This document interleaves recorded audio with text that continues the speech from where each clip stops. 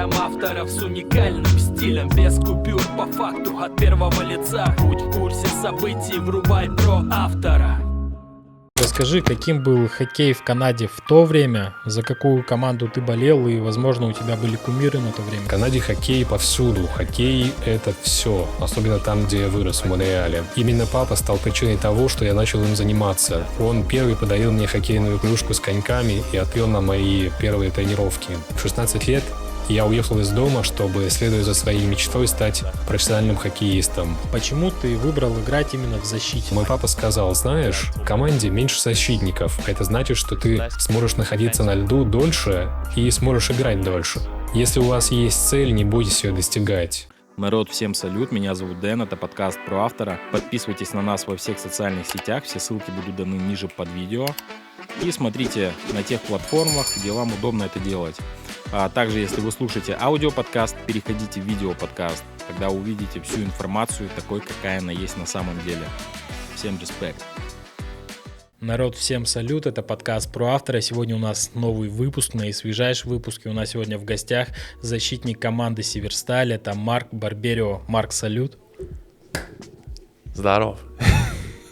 Марк, расскажи, в какой семье ты родился, кем были твои родители? Они были спортсменами или это были просто обычные люди? Yeah, I was born in Montreal, Canada. So I'm Canadian. My parents are Canadian, but they grew up in Italian family, Italian background. My grandparents moved from Italy to Canada. Both my parents' families like good sports. Like my uncles were, good at sports. They played, a little bit of hockey growing up, but for them growing up, it was a bit different. My grandparents didn't want their kids playing sports. They only wanted them to focus on school. So my parents didn't have the same opportunities that I had growing up. Whereas, for my sister and I, my parents really pushed us to enjoy sports, play sports. Whereas my parents didn't really have that opportunity. Марк, а ты был вообще там гостил у бабушки с дедушкой в Италии? No, my grandparents, they moved from Italy to Canada, after World War II. So my grandparents, they raised their families in Canada. So I still have family in Italy, but my grandparents, I only have my grandma left on my mom's side, but she lives in Montreal.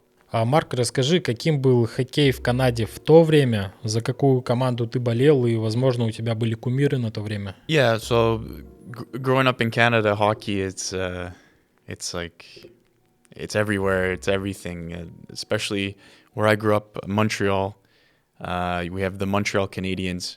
It's probably most historic franchise, most historic team in all of hockey. And so you're kind of born into that hockey culture. And so growing up, I was a huge Montreal Canadiens fan. I loved the Canadiens because my dad loved the Canadiens.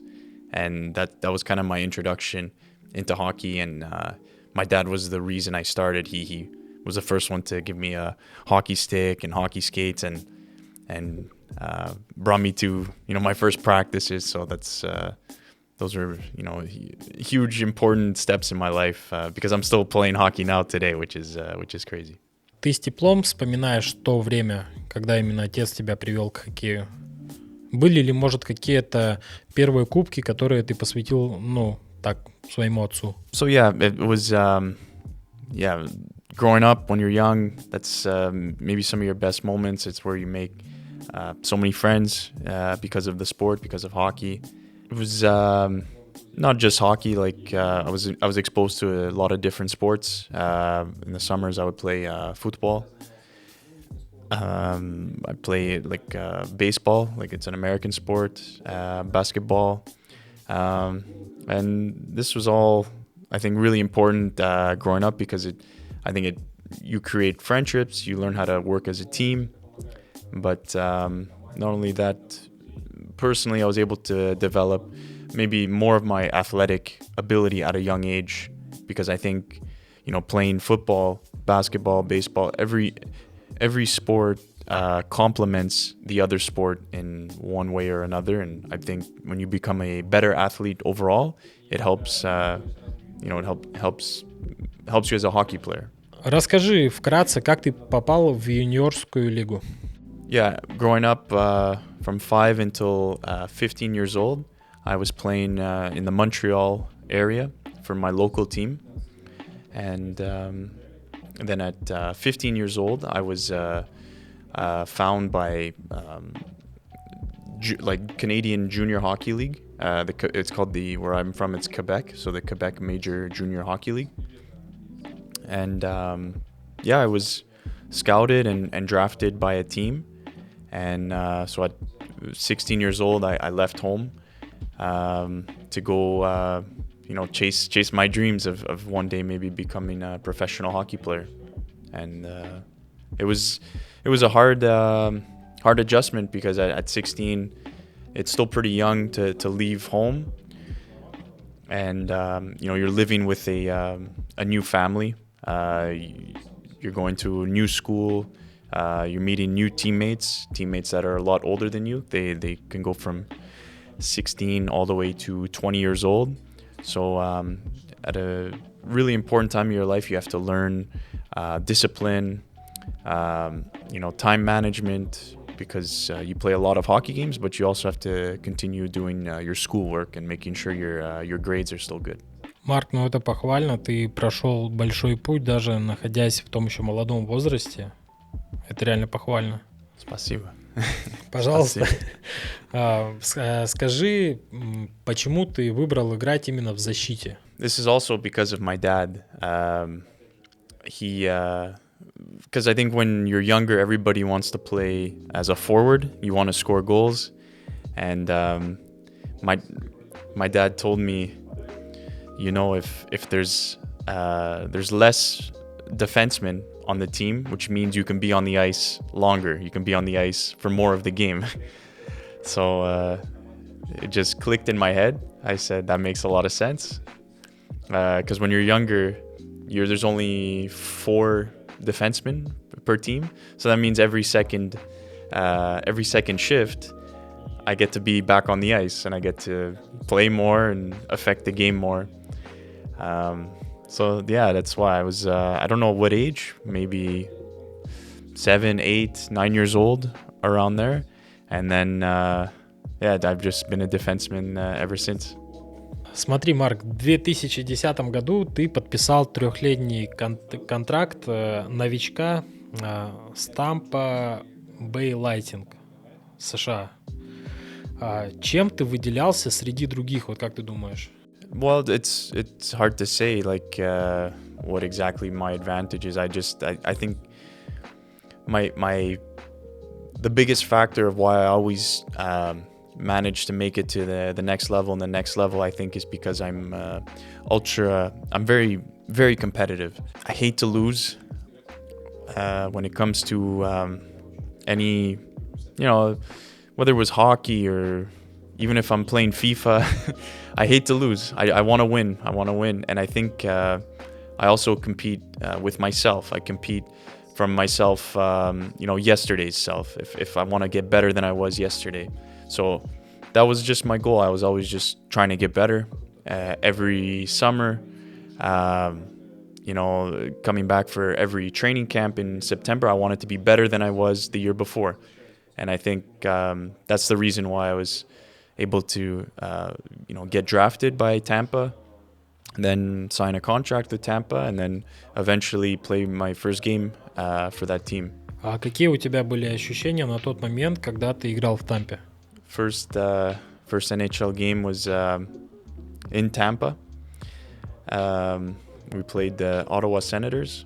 I remember being very, very nervous, extremely nervous.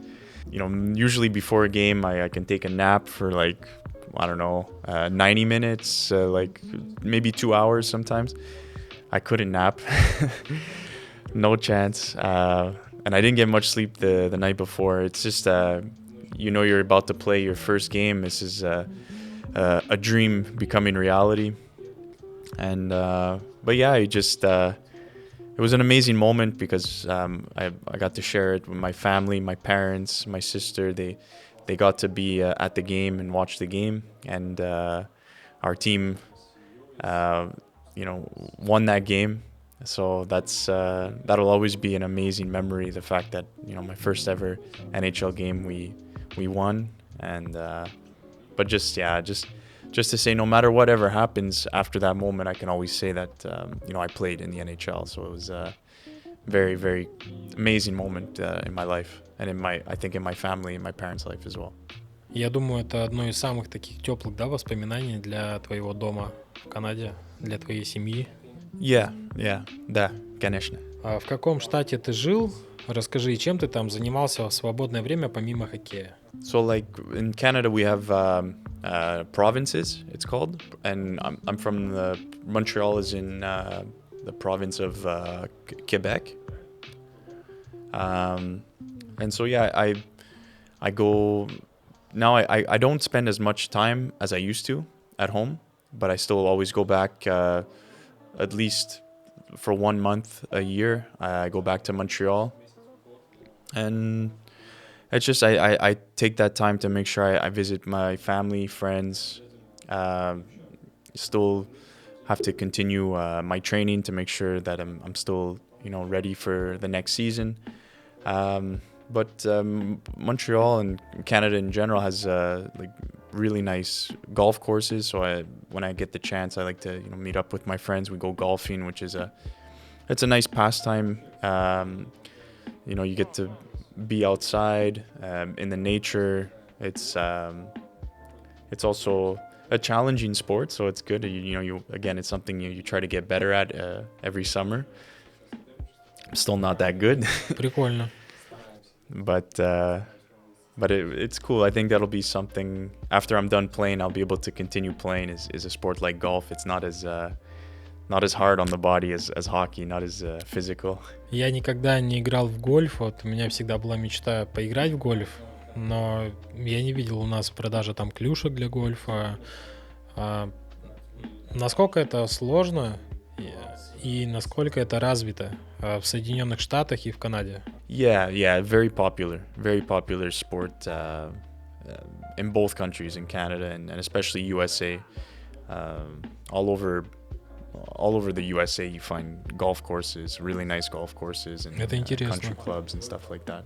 Сопоставишь ли ты гольф немного с хоккеем, то есть когда ты бьешь именно клюшкой по мячу, так скажем? Yeah, there are a few similarities, I guess, because of like the motion of hitting the golf ball or hitting a hockey puck is somewhat similar, but I guess what golf teaches you is concentration,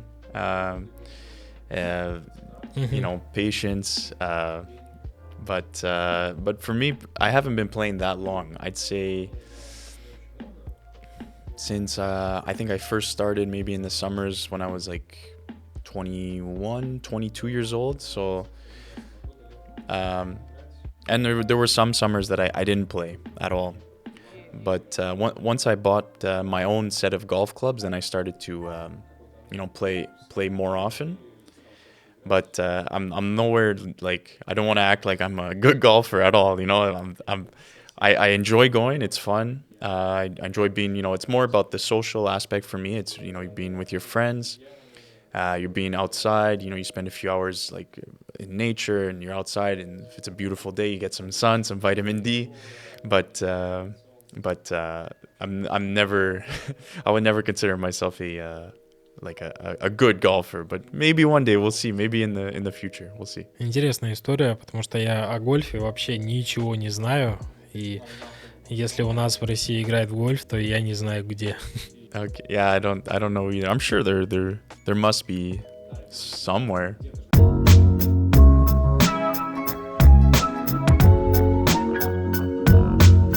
С 2012 года ты был включен в сборную всех звезд AHL, Американской хоккейной лиги. И почти сразу ты был объявлен лауреатом Эдишар Эвард и стал первым игроком Norfolk Admirals, получившим эту награду. Как так вышло? Yeah, that was my second season in the AHL. We had a really good team I had amazing teammates, and I think I was just I had a good season. I played well, but I was also surrounded by really good players and a good coach, and so I think that helped me win that award, because without my teammates, it wouldn't have been possible. And going back to that season, yes, I won that award for best defenseman, but our team won the championship. Our team, we had a special team, a very special team. I'm still friends with a lot of guys on that team. We broke records. We broke a lot of records. We won 28 games in a row. So one game after another, 28 times, which is extremely hard to do in professional hockey. The AHL is a very good league, and we were able to win that many times in a row, which no one has done since then. Maybe one day that record will be broken. I don't know. I don't think so. I think that record will be staying for a long time. And to top it all off, at the end of that season, we won the championship. So that'll always be a very special season for me. I'll never forget that season. Как ты думаешь, сейчас можно повторить это снова в будущем? Есть ли на это силы, запас энергии, или все-таки это одно из самых тех событий, которые были и остаются в памяти как респект такой? I think every season that you start, you go in. Your dream is to win. Your dream is to win the championship at the end of the season. But it's difficult. It's a difficult thing because there's in the AHL there's I think 29 other teams. NHL now there's 34 teams. KHL I think we have 23 or 24 teams. So it's difficult thing to do, but you never know how a season is gonna go. Sometimes a team builds chemistry, they start to trust each other on the ice, both off the ice, and there's so many things that have to fall into place and come together. The coach has to fit with the players have to fit with each other, and all of a sudden you start everyone builds confidence together, and then all of a sudden you realize, wow, we have a chance to win it all. But it's hard to say that at the start of the season. It's something that you build up day after day, coming to work, practicing together, playing games together, winning together, losing together, and you still learn a lot of lessons from when you lose. So it's something that just you look back and you say, oh, it was meant to happen. But during the process, when it's going on, you can't really know. You don't know what's waiting for you at the end of that season. But I think if you find enough guys who are willing and ready to put the team's needs before their own, if they have a team first mentality, that's contagious. That positivity, that energy is contagious. And if you have enough people putting it in the right places, you can do amazing things. And that's what happened. I was lucky to be a part of that. Отличный ответ. Как говорят, либо на все воля судьбы, да, либо когда сойдутся все звезды. Yeah, when the stars align. Yeah. В 2014 году ты стал в истории лайтинга тем, кто забил именно первые эти 2 гола за одну игру. The pass to Barberio, shooting, deflected, he scores!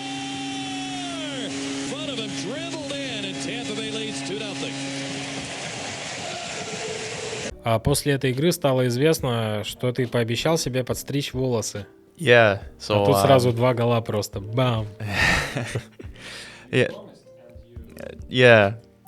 So that season, I wasn't at the start of the year. I wasn't saying like, oh, as soon as I score, I'm gonna cut my hair. I just didn't go to the barber or to get a haircut. I just let my hair grow, and it was getting very long.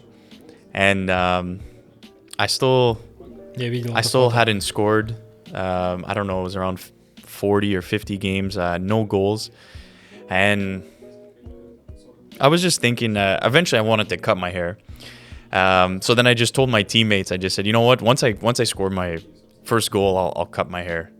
And then, we were playing in Carolina. Tampa Bay was in Carolina. We were on the power play, and somebody on Carolina on playing defense, he broke his stick, and so instead of staying in the zone, he went to the bench to get a new stick. So at that time, for a little bit of a moment, instead of being 5 versus 4, we were 5 versus 3, and because he left an opening at the net. So I left my spot on the blue line to go back door near the net, and I received a beautiful pass from Alex Killorn. It was like a behind the back spinorama pass, and he put it like in a perfect position for me, and I had the whole net to shoot at, and I put it in. And what an amazing moment. It was maybe a few different emotions, like a bit of relief, because I was wondering, I'm like, am I ever going to score a goal? And then just the pure joy of knowing that I've scored a goal in the NHL. And the really cool thing about that goal was the Alex Killorn, who made the pass to me. He's also from Montreal. He's 1 year older than me.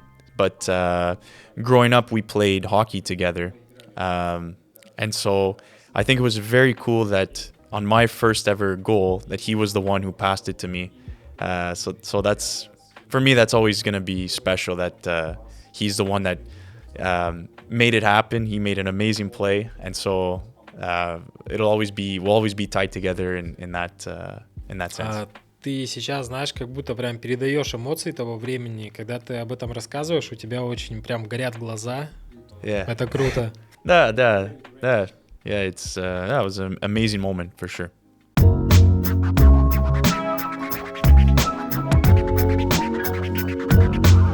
Мы сейчас немного отойдем от Америки, от Канады. Ты также играл в Европе, ты также играл за Минск. И сейчас ты находишься в Череповце в составе Северстали. Были ли предпосылы, чтобы ты был игроком другой команды? Почему именно Северсталь и Череповец? 2020, I had just turned 30 years old, and in the NHL in North America, I was always signing, 1-year contracts, sometimes 2-year contracts, and I wasn't planning on leaving, but then a team in Switzerland, Lausanne, called me and called my agent, and they offered me a 3-year contract, 3-year, and it was a good, money offer, because like we don't play, hockey players can't play forever, so obviously you want to have financial security, because you can't make this type of money forever. So it does become an influence in your decisions. And having 3 years, a good contract, good financial contract, and 3 years of security, because again, a hockey player, you can be you can go on the ice tomorrow and you have an injury, and it could be a bad injury, and that could be boom, end of career. You never know. So getting a 3-year deal was extremely important at the age of 30. So that's why I decided to accept the contract and decided to leave North America and start a second chapter, if you will, a second chapter of hockey in my career in Europe, which my first stop was Switzerland. From there, Switzerland, I had my first year in Lausanne, and during my second year, I got suspended, which is not good. I took a bad penalty. I took a bad hit. It was a bad something I'm not proud of. It's again, hockey is a game of emotions, and sometimes emotions get the best of you. And so I was suspended in Switzerland, and at that time, the manager of Kazan got in contact with me, with my agent, and also with the general manager of Lausanne, and they wanted to sign me. They wanted to bring me to the KHL. And at first, I didn't really want to leave. I was, good in Switzerland. I just met my girlfriend there, she's now my wife, and I didn't want to leave. But again, like like I said, for hockey players, there's a financial component that you always have to look at. And Kazan was offering a very good contract to finish the season there. And then I started to ask around other players. I asked about Kazan, how the organization is, and everything I heard was amazing. Everything I heard was they're super professional. They treat the players very well, and so after getting this information, I decided to go, and that was my first time in Russia. I remember I landed in Kazan, and it was, I think, minus 33 Celsius.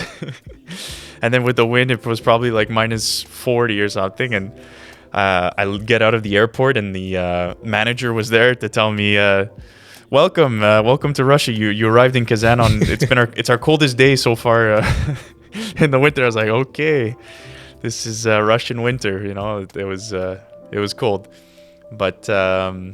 But yeah, and then, like I said, Kazan was an amazing experience. My teammates were such good people, treated me so well. I was surrounded by other imports, some other Canadians and American and a Swedish player. And so they made my transition into Russia, into Kazan, very easy. And like I said, the team was amazing. They treated you so well. It was so professional, and I was it was a great experience. My first chance in the KHL. Really good experience. Это, получается, твой первый визит в Россию, так же, как и место жительства. И насколько тебе трудно находиться вдали от семьи все это время? It's difficult, but something I'm used to now. I've done it since. So I like I said, when I was younger, I left home at 16. Even though it was still in Canada, I was living like a 16-hour drive away from Montreal. So I was still pretty far from my family. So from a young age, I'm used to not being at home. I'm used to coming home in the summers. So, like I said, when it was time for my career to move over to Europe, and then to Switzerland, and then Russia, of course, there's every place you stop has its own challenges, but it's not something I was completely foreign to. I've been doing it before, so I've always I consider myself somebody who can adapt very well to my environment, and so when I go to a new country, I just try to always just be who I am. I just be respectful and polite, and try to get to know, cultures and the way the people of that country do things. And I think so far I've done a good job. I think the hardest part, at least for Russia, is definitely the language. There's a language barrier, and да, мы к этому вопросу еще сейчас подойдем с тобой. Смотри, насколько я знаю, тебя поддерживает твоя жена. Она, как я понимаю, из Франции. She's from Switzerland, but she's French. She speaks French, but French-speaking part of Switzerland, Lausanne, because Switzerland has French part, German part, and an Italian part. Okay. And she's from the French part of Switzerland. Марк, скажи, какие отличия в хоккее в Канаде, в Европе и в России? I would say so the big difference I think between North America and like Europe and including Russian hockey is like the physicality. North America, it's I'd say on average there's some bigger players. So it's a bit just more physical. There's more hitting. You get hit a lot after you make a pass. Then the differences, I guess, between Switzerland and Russia is all the ice surfaces in Switzerland are played on Olympic size ice, so it's a big ice surface. It's wider. There's a lot more space. So I would say Switzerland is even more. It's even more less physical than Russia, and I would say the KHL and NHL are very similar. A lot of talented players, a lot of speed. I would say the KHL it's a very defensive league. Many of the teams you play are, they pay attention to the defensive responsibilities. Not easy to score, not easy to get points. And there's a lot of talented players here, a lot of skill, a lot of speed, a lot of players in this league that can easily play in the NHL. The difference is very, very close between those two leagues. Ты играешь за Северсталь уже 2 года. Вот насколько сложно тебе с русским языком? Я говорю немного. Так. Это язык очень тяжело. Каждый сезон я играл в России. Я понимаю больше и больше слов, больше... да. Больше слов, больше фраз. Больше фраз, да. Понимаю чуть-чуть, говорю и больше мало. I speak less than I understand. У тебя неплохо получается? Я понимаю очень слово, плохое слово, bad words, because that's what my teammates teach me a lot. Нецензурная лексика. The first words you learn are always bad words. Это легче всего, кстати, учиться, я думаю, в нашей стране. But yeah, I'm able to order coffee, order food at a restaurant. I can't have... Не проблема. No problem. I can't have super deep conversations, but I think, 1 word, 2 word answers, I'm able to, if I'm in the taxi, I can give, направо здесь, прямо, like little things, but it's difficult. Очень тяжело язык. Я тоже знаю очень много нецензурных слов на английском языке. Это легче всего почему-то учится. Yes, it's always like that. What the fuck? Окей, Марк, тебе больше нравится играть на выезде либо дома? Away. Yeah. I prefer home. It's we have our fans behind us. They're like super important to how we play. They give us energy. They can give us momentum when even if things aren't going great, they can still be there to support us. And you're always you're comfortable at home. You have your routines. You're in your own dressing room, your own gym. But the road is still being on the road. Все привычнее. Yeah, being away from home is still good moments as well, because you get to be with your teammates more. You're in the hotels, you're on the bus, airplane, and I think in the road is when you build chemistry, important chemistry. You go out to restaurants with your teammates and stuff like that.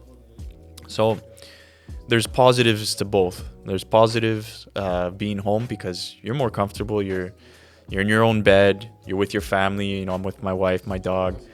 But then, of course, road trips are a great opportunity for team building as well. Марк, скажи, пожалуйста, вкратце, какие отношения внутри команды? Yeah, it's our team. I think we're a very close group. We like since I've showed up last year, my teammates have been so welcoming, and they've treated me so well. Even though at first there was a language barrier for a lot of them, you still feel like good energy and a positive energy. So I must say I've been extremely lucky since I've been in playing for Severstal in Cherepovets. And you know, I'd say huge factor in that has been Adam Lishka. When I showed up last year, you know, he was able to introduce me to Cherepovets. He took care of me at the start because I couldn't speak very few words of Russian. So anything I needed, every time I asked him, he's always there for me. And there's a reason why he's captain, and that's because he's, you know, he's a leader. He leads by example. He does the right things on and off the ice, but also because of the person he is. You know, he cares about others, cares about his teammates, and so I noticed that firsthand when I first met him last year. He was a huge help for me, and this year we have another import. We have Yanis Kaldis.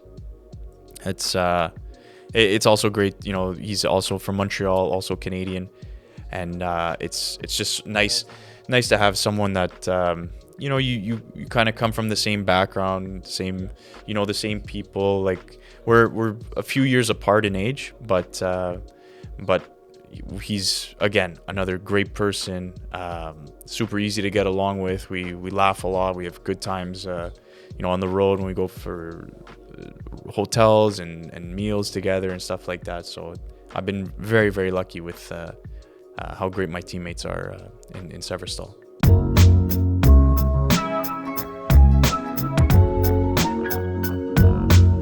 Скажи, Марк, какой матч за всю карьеру для тебя самый запоминающийся такой? Yeah, that's there's been a lot of games that that I'll always remember, but I think one game that I think was the most like intense and emotional, and like it was, and I think it was 2017-18 season, I think. I was playing for the Colorado Avalanche, and it was the last game of the regular season, so game number 82, and we were playing St. Louis, the St. Louis Blues. We were playing them at home, and the winner of that game was going to make the playoffs. I think St. Louis was in 9th place, and I think we were in 10th place going into that game. And we had to win the game in regulation time in order to make the playoffs. So if St. Louis goes to overtime, they make the playoffs. If we win the game, we go to the playoffs. And so it was one game, winner takes all. And it was just super intense. Like it was already... It was a game 7 because the winner goes in, loser goes home, and we had the home ice advantage, and it was just I don't know, just the emotions of that game. Every goal was so big, the crowd was amazing, the energy, like it was just you know, we were up I think by 2 goals late in the game, and St. Louis took their goalie out of the net to have an extra attacker, and my captain, Gabriel Landeskog, scored a goal on the empty net. And I remember saying, like, okay, we did it. We won. And all the guys that were on the ice just started jumping on him, and we piled. And I was on the ice too, because we were trying to, like, you know, close out the game. And I'll never forget being in that pile, like, yelling, like, yeah, we did it. We're going to the playoffs. And yeah, it was just... And then after the game, you know, after you win, you always salute the fans. And I'd never been in a arena or a building that loud before. Like the roar of the crowd, like they were right there with us. it gives me goosebumps when I think about it. Like, it was just an amazing energy and it was just for me that'll be the game that I'll never ever forget. Just that the raw emotions of it all, how everything meant so much, scoring the goals and winning the game, and doing it on home ice. It was just what a rush. That was an incredible feeling. Those are moments that you kind of love as an athlete, but that's a unforgettable game for sure. Офигеть. Вот ты когда именно, рассказываешь, ты прям передаешь это вот огнем в своих глазах. Вот настолько это видно, знаешь, такое ощущение, как будто я в своих мыслях нахожусь там и представляю себе эту картинку так, как видел ее ты. Ну, хотя это всего лишь моя фантазия сейчас, но это очень круто. Yeah, it was a very, very cool moment in my career. Расскажи 3 отличия вашей культуры от нашей, которые тебя удивили. No, I mean, there I guess, there's, some cultural differences, but I don't know, like, I tend to see it as more like things that are, like, I'll just say it, like, things that are similar, like family importance, that's something that I think Canadian, especially for me growing up like as an Italian Canadian, like, family's super important, and I've seen firsthand how important family is to Russians. I see also a passion for sports that I find is very similar. Russians and Canadians both have a passion for hockey, obviously, and I've noticed Russians have a passion for sport, not just hockey, as well as football.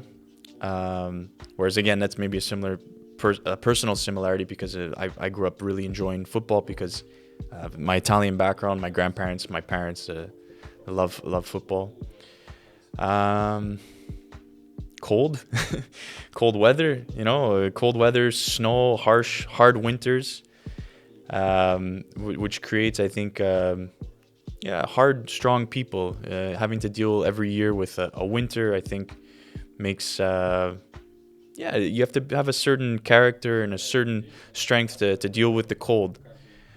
I don't know. I prefer to look at the similarities than differences, I guess. Maybe we don't drink as much vodka. More vodka is, I think that's a difference.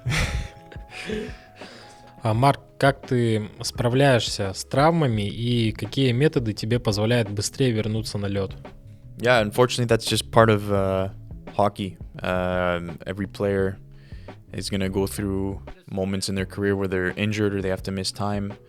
I think the most important thing you can do is to try and you have to do your best to prevent injuries.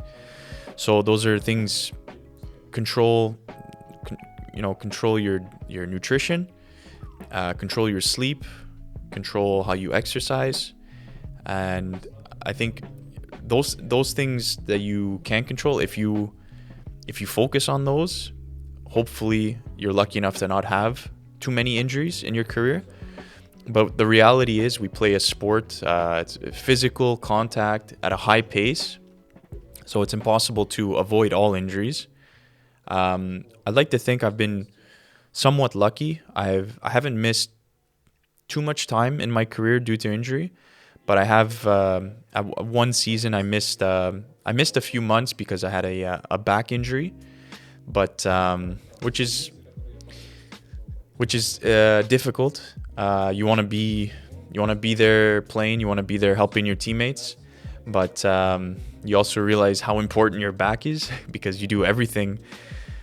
Even if you bend over to tie your shoes or put your socks on and you're in pain, it's something you don't think about when you're not in pain, but when you are, you I guess you have a new appreciation for your health. And so that I would say that was probably the most time I missed. Was I had a pretty bad back injury, which took almost I'd say almost 6 to 8 weeks, I'd say, to get back. And even when I got back, I still wasn't 100%. But again, like I said, it's part of the job. It's part of being a hockey player, part of being an athlete. I think it's important that you have a good support system when you're injured, because it could be very easy to feel negative, feel maybe depressed, because I think so much of our identity is tied into our sport. And I've been extremely lucky. I have a great support system, my family, my parents, my sister, and now my wife and her family. They're just a huge support system for me. And, I think without them, I probably would be in a much more difficult place when I'm injured. Очень круто, что есть такая поддержка, на самом деле, потому что когда ты все-таки один все это делаешь, намного труднее. А был ли, Марк, такой момент, когда тебя прям жестко критиковали за игру, например, со стороны критика, со стороны тренеров, например, и как ты с этим справлялся? Yeah, for sure. Yeah, it's again, that's also part of being an athlete. Part of part of our sport is you're always being critiqued by coaches, like you said, coaches, fans, journalists. It's again, that's part of the sport, but also part of why you kind of love playing, because it's not easy. It's not easy, like playing your best and winning games. It's part of that competition, and it comes with the territory of being a high performance athlete. In saying that, I think the most important thing when you are criticized, or when if a coach tells something about your game that he didn't like, it's never personal, and it's never to make you feel bad about yourself. I think in the end, it's because they want what's best for you, and they want what's best for your team. So you have to also trust yourself, trust your ability, and know that one bad game or one bad shift or even like a bad week doesn't mean you're a bad player.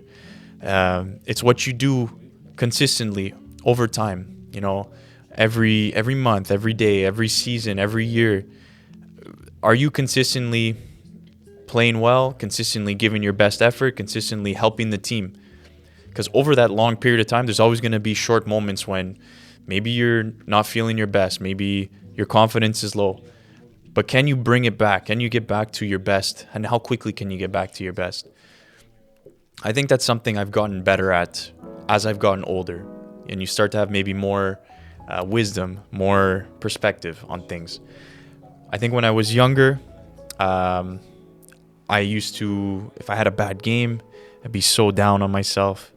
And which is, I think it's not healthy.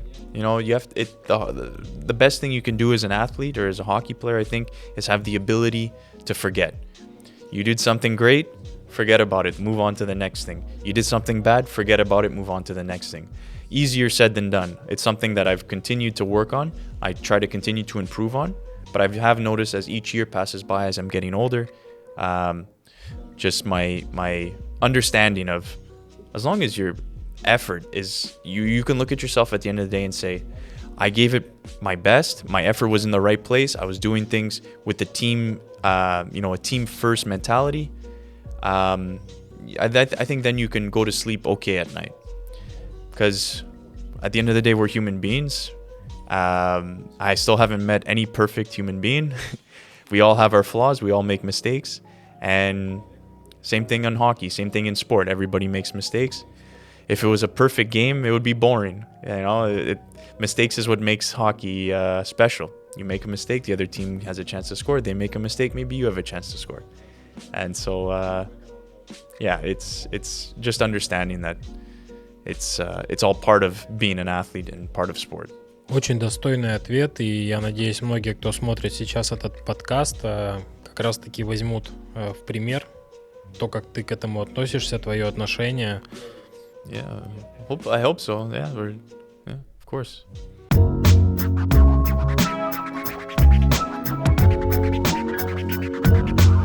Скажи, читаешь ли ты книги? Есть ли у тебя любимые авторы?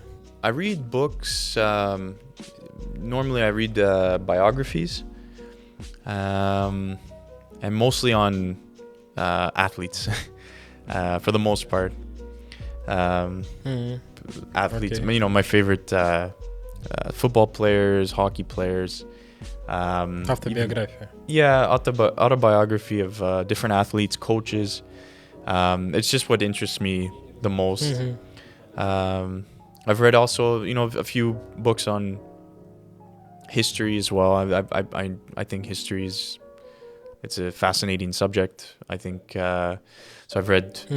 I think it's pretty popular, at least in North America, called *Sapiens*. It's like a quick history of like human beings. Yeah, *Sapiens*. Yeah, Harari. But for the most part, I do read. So, I like autobiographies and definitely about sportsmen. А читал ли ты книгу Майка Тайсона? Никогда. Интересно, почитай. Да. Следующий раз. Хорошо. И смотри, еще осталось 2 таких вопроса, и после этого мы перейдем к вопросам от людей, кто писал их ВКонтакте, в интернете. Как ты относишься к фанатам, к фан-зоне? Часто ли бывает возможность как-то тебя после матча перехватить, взять автограф? Yeah, it's after most home games, if it's not too late, because sometimes after certain games, if it's like a weekday and it's late, the fans don't want to wait because they have work or school the next day. But a lot of weekend games, you know, when the players leave, when we exit the arena, we see a lot of fans waiting for us, asking for autographs, asking to take pictures, and those are amazing moments for us as players, because we feel appreciated, you know, for our efforts, for our work, and it's just a really good feeling to have that support, to know that, yeah, but yeah, for sure, it's just like that. All your effort and your work you're putting in, it means something to you know, to the fans coming to the game. And yeah, I try my best to always you know, make time if the fans are waiting, especially, you know, it's cold a lot of times after games, it's nighttime, sometimes it's snowing and they still wait. So we appreciate our fans so much, and try my best to always make time to, even though I can't speak too much Russian, but to try and interact, take pictures or autographs, because their support means a lot, you know, to me personally and to us as a team. They mean a lot. Окей. И такой, наверное, завершающий вопрос. Правда ли говорят, что у тебя специальные клюшки, сделанные именно под твой удар? Yeah. Yes. Yeah. Почему They're special sticks, I guess.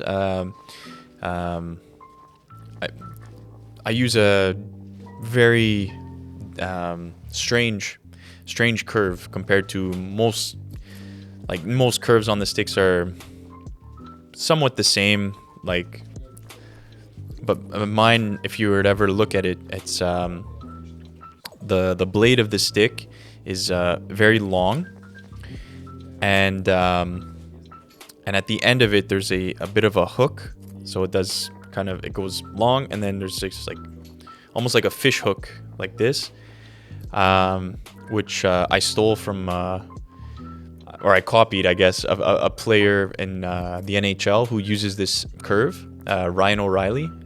It's a very different curve. Not a lot of curves are like it. And ever since I tried it, I loved it. I love the little toe pocket. I love the length of the blade.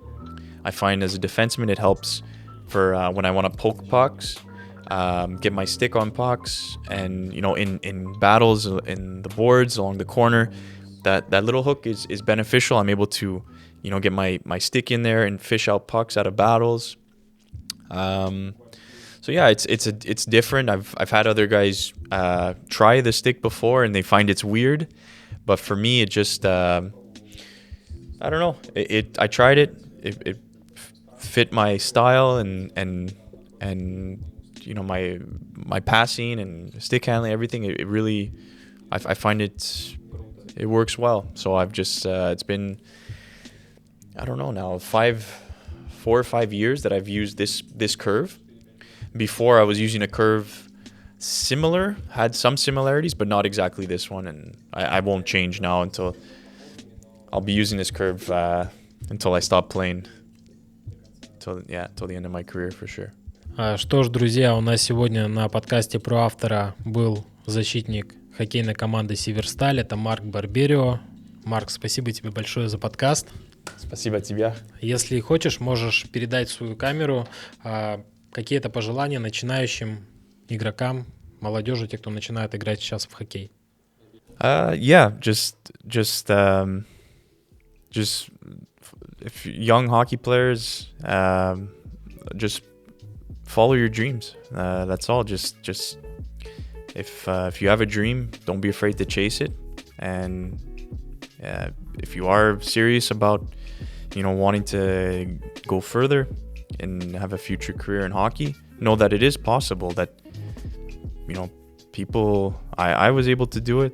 There's young players from Cherepovets that have made it to the NHL and that have done very, very well in the NHL, have done very well in the KHL. So if you have a dream, chase it and believe in yourself and don't ever quit. Just give it your all every day and amazing things can happen. Будь в курсе событий, врубай про автора.